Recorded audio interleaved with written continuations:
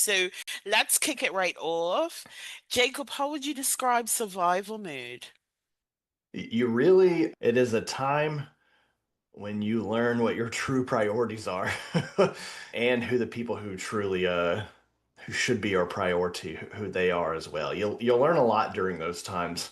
And I would also say that when you think back on it, you learn a lot about how you were during that time, but sometimes that wisdom doesn't come until later. It's a tough balance, because you have your long-term goals, but and when you're in survival mode, it's an acute, sometimes cataclysmic situation, and you got to focus on what's right there in front of you, and especially if you have a family or kids or whatever, or if you're caregiving for a parent. Nothing ever happens in a vacuum. It's all those things together, and it's during survival mode that you learn that more intimately than perhaps in any other kind of context. I agree. I feel like survival mode really strips us down to the core. Yeah, And unless we are open and willing to learn the lessons, we kind yeah, of stay there, right? I yeah, think yeah. we graduate out of survival mode when we can extrapolate uh, those lessons and apply them to our lives in a way that allows us to move forward. yeah. So yeah, I definitely agree with that.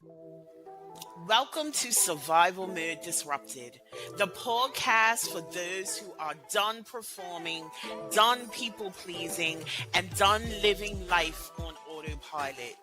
I'm your host, Letitia, the Survival Mode Disruptor, and this is where we create disruptive, unapologetic transformations for those who are ready to exit survival mode and reclaim their power. Every episode is your permission slip to burn the rule book, break the cycle, and finally build a life that feels like yours. So let's disrupt everything that's holding you back and start living life on your own terms. This is your trigger warning. This podcast is raw. It is real and it doesn't sugarcoat what it means to survive trauma, abuse, mental health battles, or even the aftermath of living in survival mode for too damn long. What you hear on Survival Mode Disrupted includes unfiltered stories, graphic details, and a vulnerable truth that may trigger some of the audience. Please prioritize your emotional safety. If something feels too heavy, pause, breathe, come back when you're ready, or not at all. Your healing is yours to honor. These episodes are based on lived experience, not therapy sessions or clinical advice. Listening does not replace mental health treatment or constitute a coach client relationship.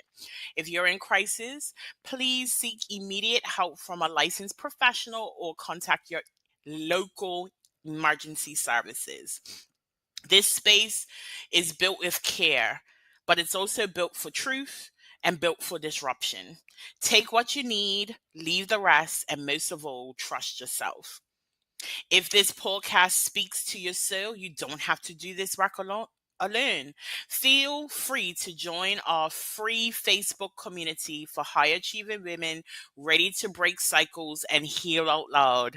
Join us at Disrupting Survival Mode on Facebook, or grab the book that started this movement, Exiting Survival Mode, raw step by step guide to help you identify, release, and rebuild from the survival patterns that have been keeping you stuck.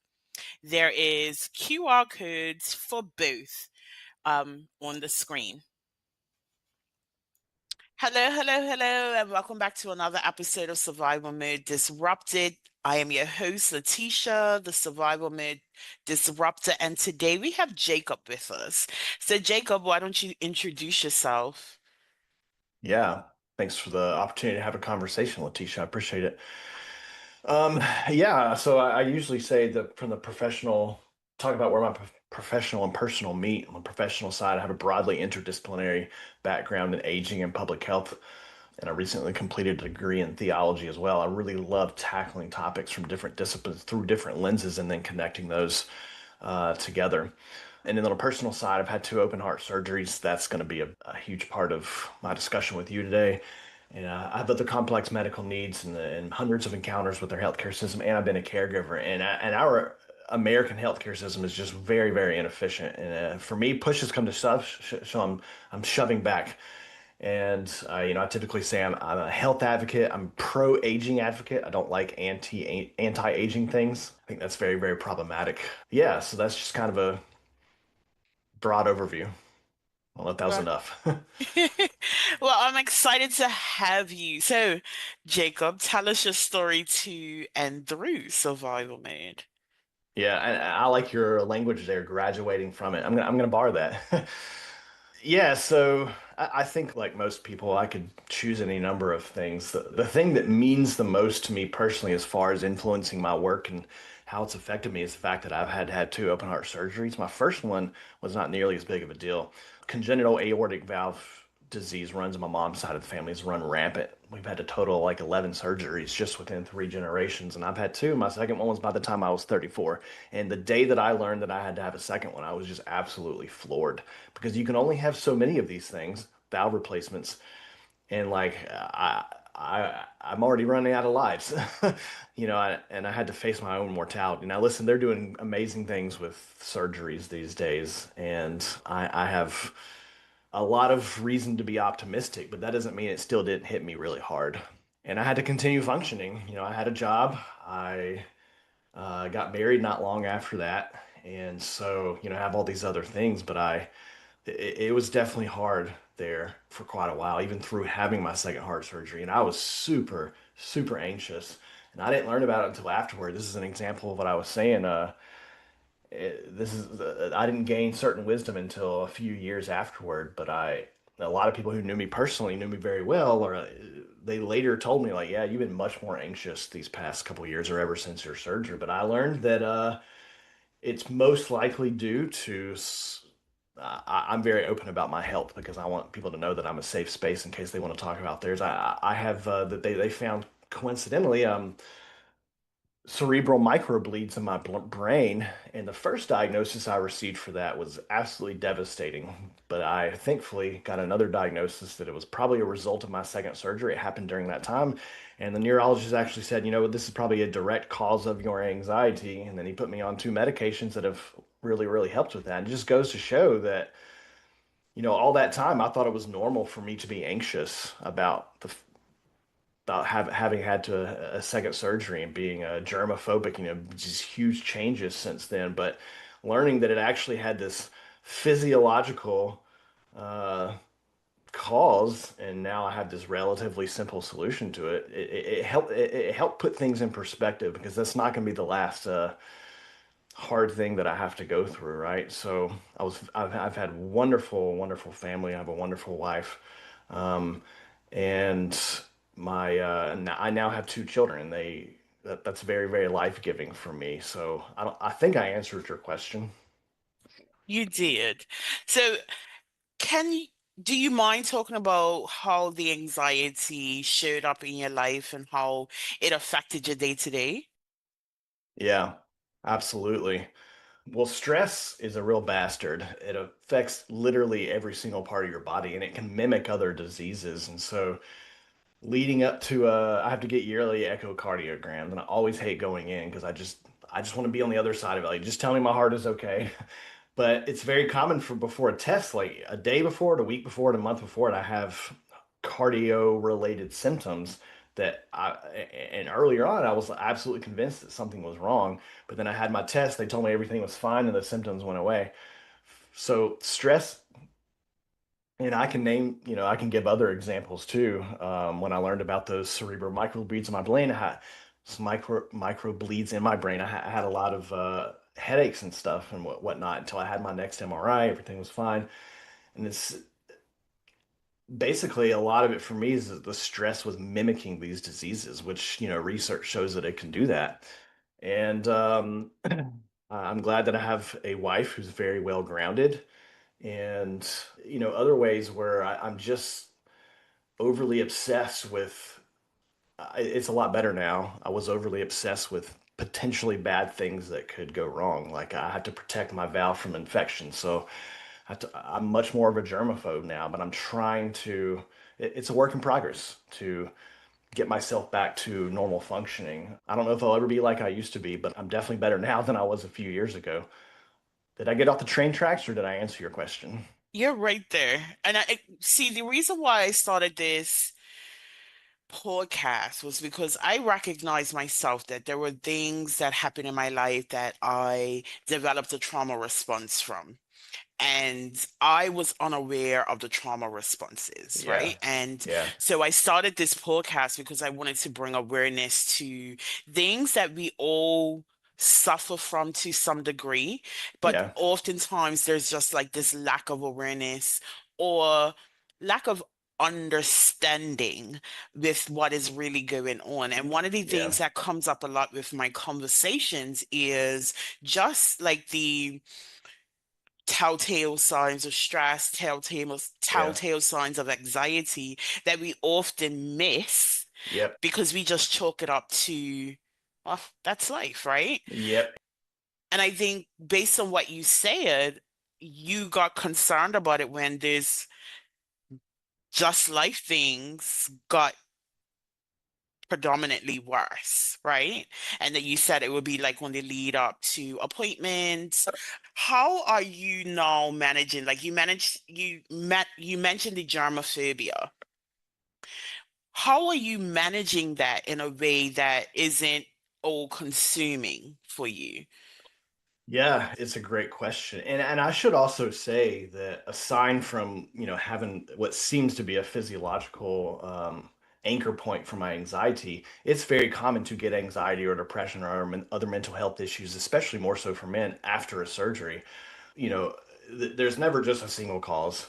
Uh, they're kind of two different paths. One is the longer term path. I have to recognize, like, listen, I'm going to be in a better place. And I can see that that's in the future. Like, I'm not just going to have this baseline. I'm working toward that point and keeping that in mind. And I'm not where I want to be right now in terms of having control over these, anxiety or cognitive health, mental health, emotional health, etc. But I am making progress. I can tell a difference. And there are times where even small victories, like I eat a lot of chips and I cut the roof of my mouth, and the oral, you have to have really, really healthy oral hygiene to protect your valve. That's a huge, like your dentist said that's one of the most important things when you've had a valve replacement. And every single time that happened in the earlier days, I would run to the bathroom. I would run to gurgle salt water or some kind of mouthwash. I'm doing that when I have moments now where I don't go off and do that. Like I'll just keep on eating and not worry about that. I consider those wins. Like that's a small win, right? It doesn't have to be some big thing. And then the other path is just kind of, I'll approach it from a scholarly standpoint. Being a gerontologist, I can say definitively that there's a lot of research showing that the more that we are exposed to anti-aging advertising, like advertising for wrinkle creams, for example, the more that we internalize and more we're conditioned to believe that older people are not attractive because of their wrinkles. But that's all social conditioning. And I think you could fill in the blanks with ageism, racism, sexism, with that kind of conditioning.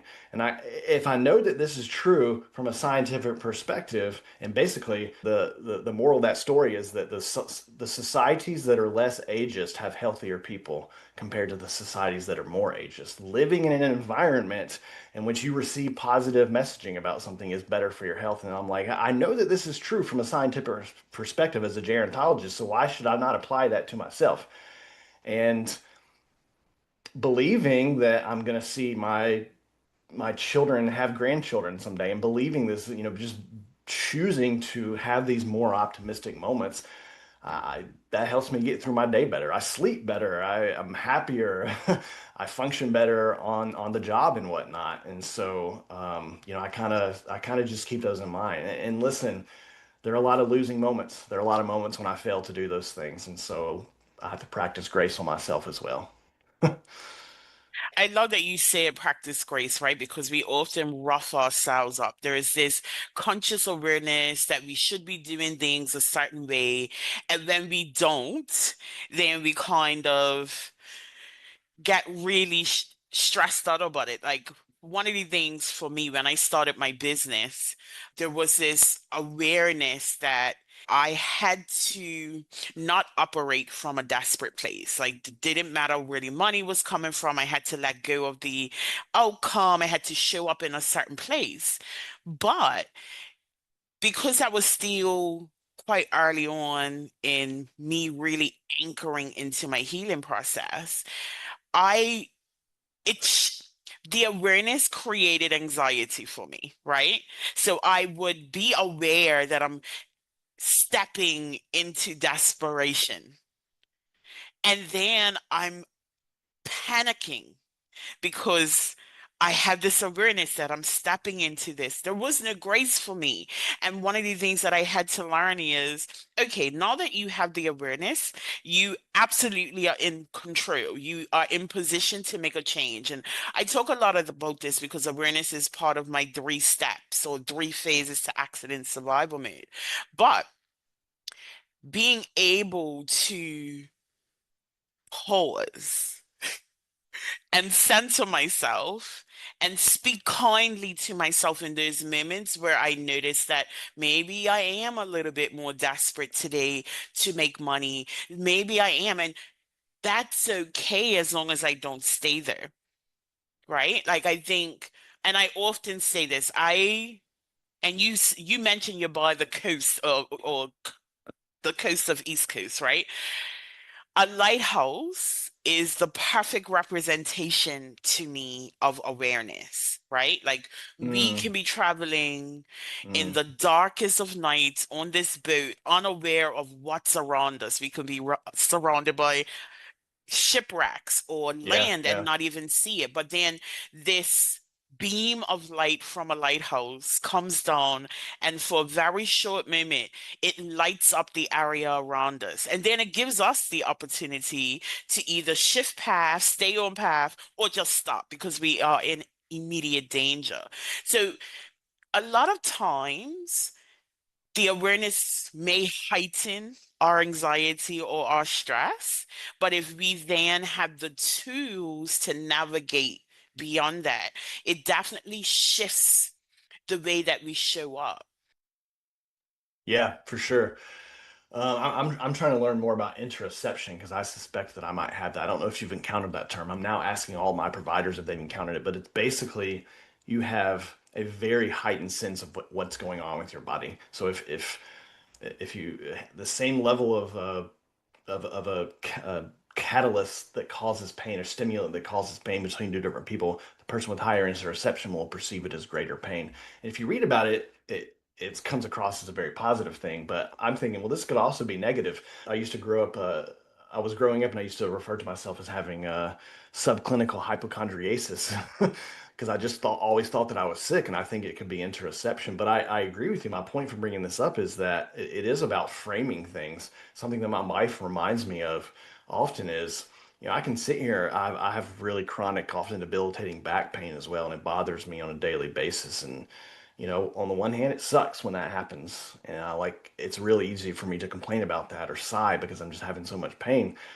But my wife will remind me, this is your body talking to you and saying that maybe you need to take it easy or maybe you need to do something else other than this activity that's hurting your back or whatever. And I do think I'm not getting into all the mushy energy metaphysical stuff, but I think in a just a very basic sense, our bodies do let us know when something is up. And if we choose to see it that way, I think there's a way to have this be to have a positive spin, to use that positively. Okay, hey, this is an alert. It's like that lighthouse light.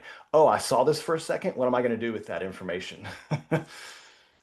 Absolutely. And in when you shift your perspective, like when we consider your story, for instance, right? Like, you have every right, considering your health history, to be to have a heightened level of awareness in relation to your health, into your body, into any reactions that you have, right? Like, it's literally a life or death situation for you, considering what's been going on within your body.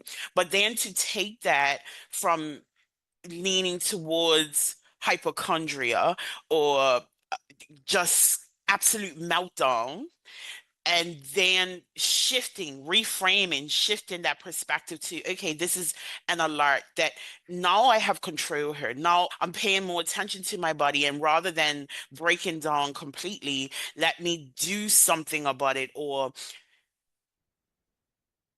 even react differently so that I'm not spiraling out of control, right? And whenever I talk about accident survival mode, that reprogramming, reframing is a key element in that.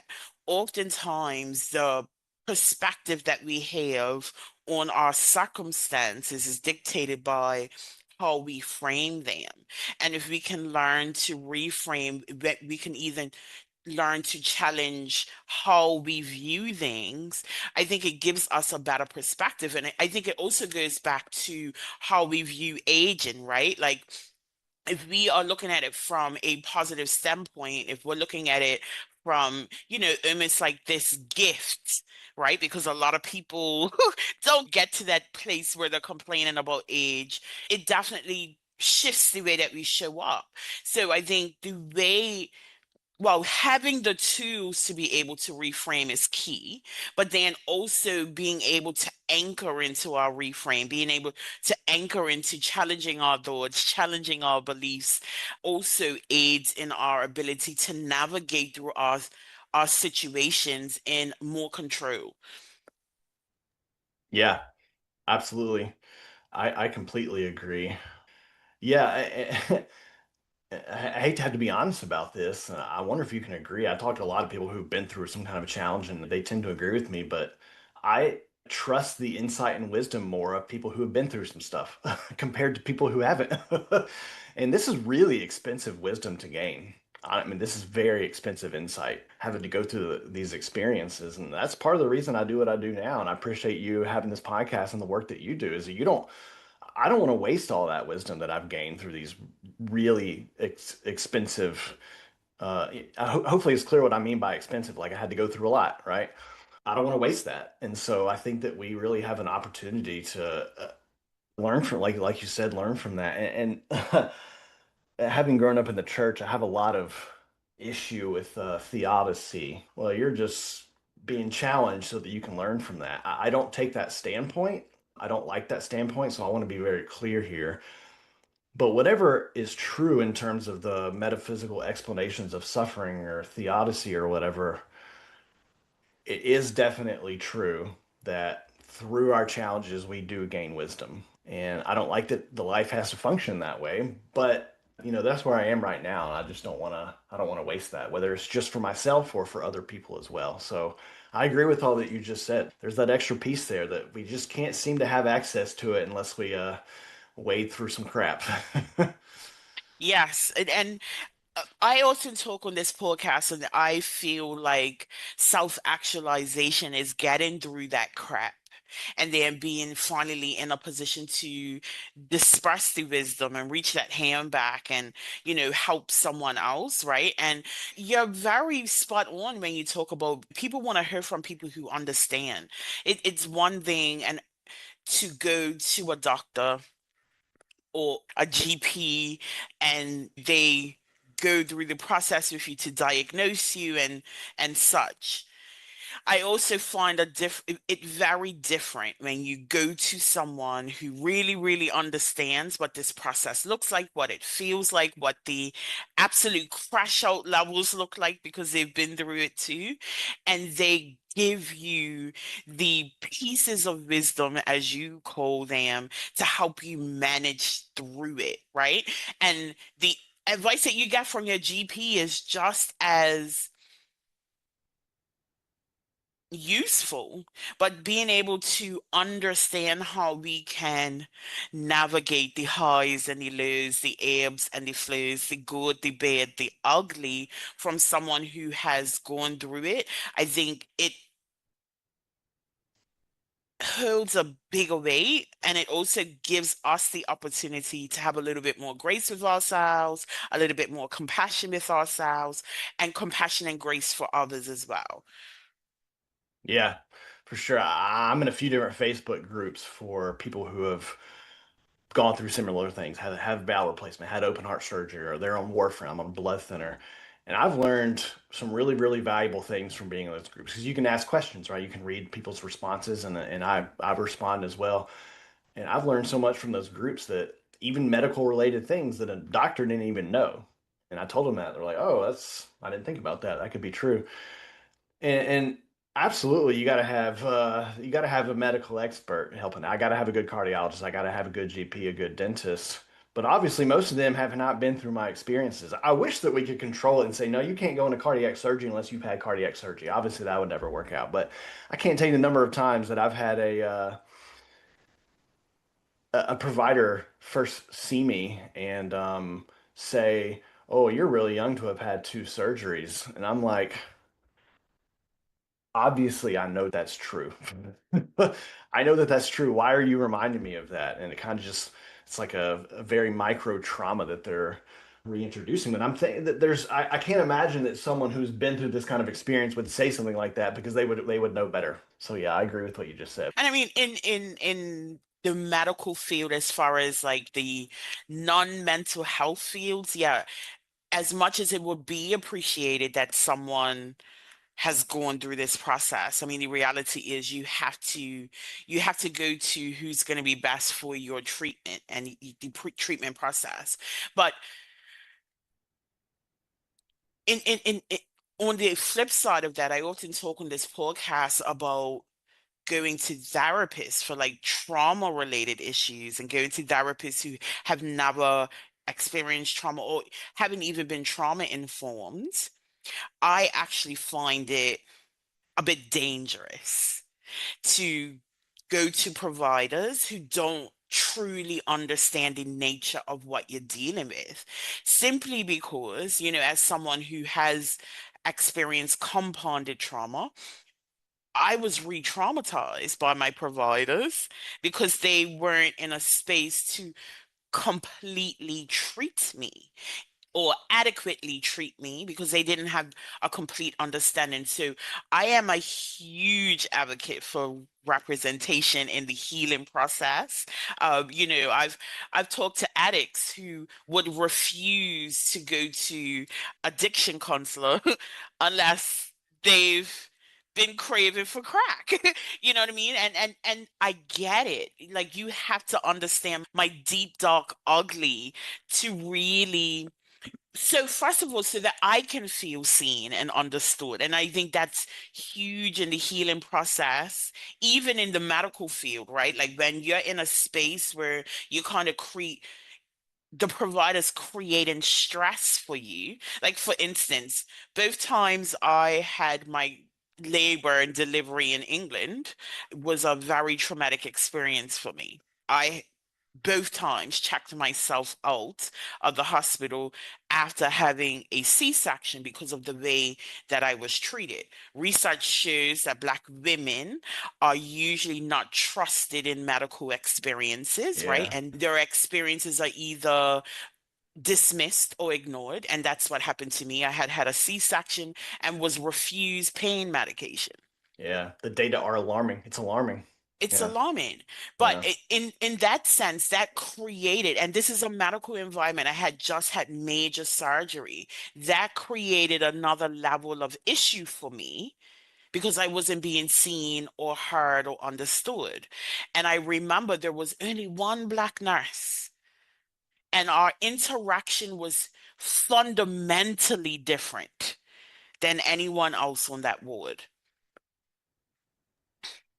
yeah. I'm glad you bring this up because, I'm sitting here talking about patient experiences, and obviously, I talk to a lot of caregivers, patients, older adults, and help on the individual level. Something I do is if someone wants help navigating our system, or if they're a caregiver for their parent and they just don't know what to do, like I help with that thing. But my specialty is zooming out and looking at what's going on in the more macro level. And the issue that you're getting at is also a macro issue. We have the data showing that these healthcare it's steeped in a system, a macro level foundational system, not just at the individual level, a system that perpetuates sexist and racist and ageist beliefs to the point that we don't even realize that we're doing it. Because I don't think that providers who are working in that kind of setting are inherently nefarious.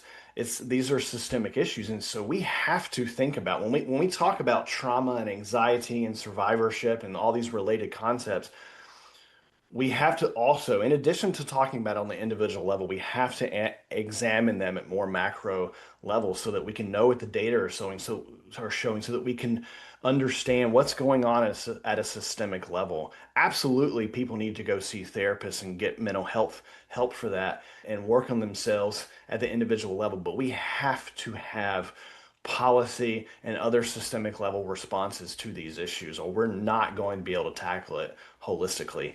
And the research that shows that Black women are not trusted as much when they say that they're in pain, we only know about that because we're analyzing it across these populations. And we got to dig into that, and that has to be valuable for us if we're going to move forward as a society. So I'm glad that you brought that up.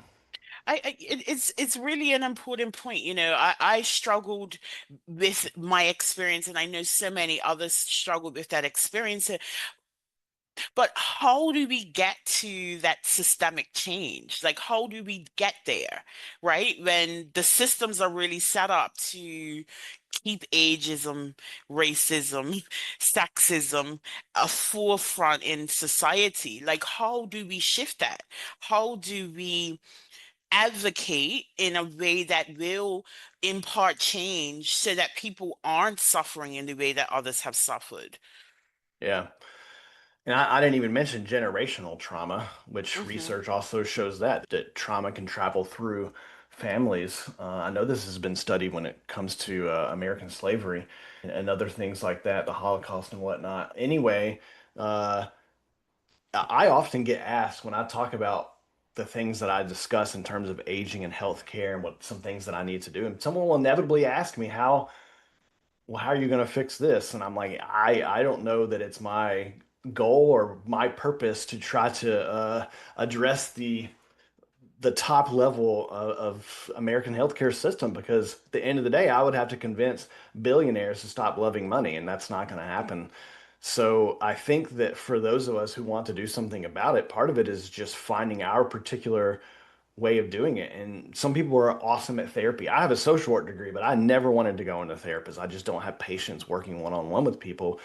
And if someone is really good therapist and their comfort spot is working on with individuals or families and not even thinking about the barely macro issues, then great. We need people like that. But I think that we have other folks who are working at more macro levels. There are some people doing amazing things, and obviously AI, I think that there's a lot of bad to that, but I know some people who are using AI for good. One example is here in the US, a very large percentage of insurance claims are denied on the basis of absolutely nothing except for the fact that they want to make a profit. But it's also true that a large percentage of people who are denied, if they actually try to appeal that claim, that they're successful with it, which proves that the original denial was nonsensical. They're just counting, insurance companies are counting on people not to do that. And now health insurance companies are using AI to deny claims within seconds. So I know someone personally who has he worked with someone to create an AI platform that appeals denials as quickly as they're denied because it can be a long process and very trying for patients, and a lot of people just give up on it. So they're using AI for good. There are some examples like that I see where people are fighting back, and if they're if that's ever going to make a dent in the top level system, I don't know. I don't feel optimistic most days, but I think it's about, hey, where's your comfort spot? And for me, it's about educating. I really love talking to like physician groups and nurses and other providers and say, hey, listen, these are some really simple things that you can or don't need to say or whatever with your older patients and how to have more empathy that they just never learned in school. I think we have to find our comfort spot. You have a podcast where that reaches your audience, and I imagine you would say you found your sweet spot. That's the best that I can say because there are many days in which I'm not optimistic about tackling the large scale issues. And I think I've talked long enough. I went over, but I get quite passionate about this. No, I appreciate the passion And one of the reasons why I lead with storytelling, if I'm honest, is simply that I think we are able to create community when we understand what other people have gone through. And I don't know that I'm in a position either to tackle it to ensure a systemic change, but I definitely hope that my podcast can bring awareness to people, to other people, so that the conversation continues at least. So, Jacob, I've definitely enjoyed this conversation. Tell us more about how we can find you online and the work that you're doing. Yeah, I've enjoyed the conversation too. I appreciate it. So, most of my work is around aging, certainly discussing it from a more macro public health perspective, but I also do talk to provider groups and patient caregiver groups, helping more on the ground level. And you can find me at 4daging.com. I created a 4D aging model because I think that we use one-dimensional solutions for four-dimensional problems. So I'm trying to counter that. That's the purpose of that. So the numeral 4daging.com. The main thing I do is speaking. If you know an organization or you have an organization that'd be interested in talking more about these things, you can see my speaking page there and contact me if you want to. So 4daging.com. Yeah, definitely make sure that is in the show notes. So, Jacob, before we wrap it all up, one key takeaway for the audience to action. Yeah, I would say if this were a podcast on aging, I would say the following because I think that it doesn't really matter what the audience is, they need to hear this. We need more intergenerational exchanges. I always told my students, I'm a former professor, so most of them are in college. I said, you need to have at least one close non-family friend who's at least two generations older than you.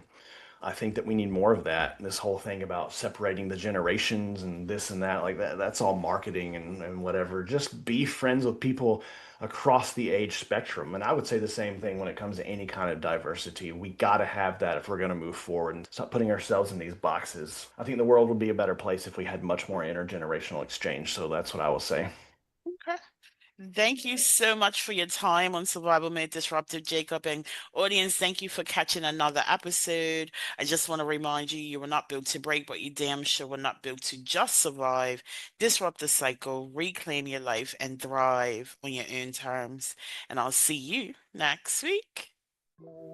Once again, thank you for joining another episode of Survival Mode Disrupted, hosted by the Survival Mode Disruptor, Letitia.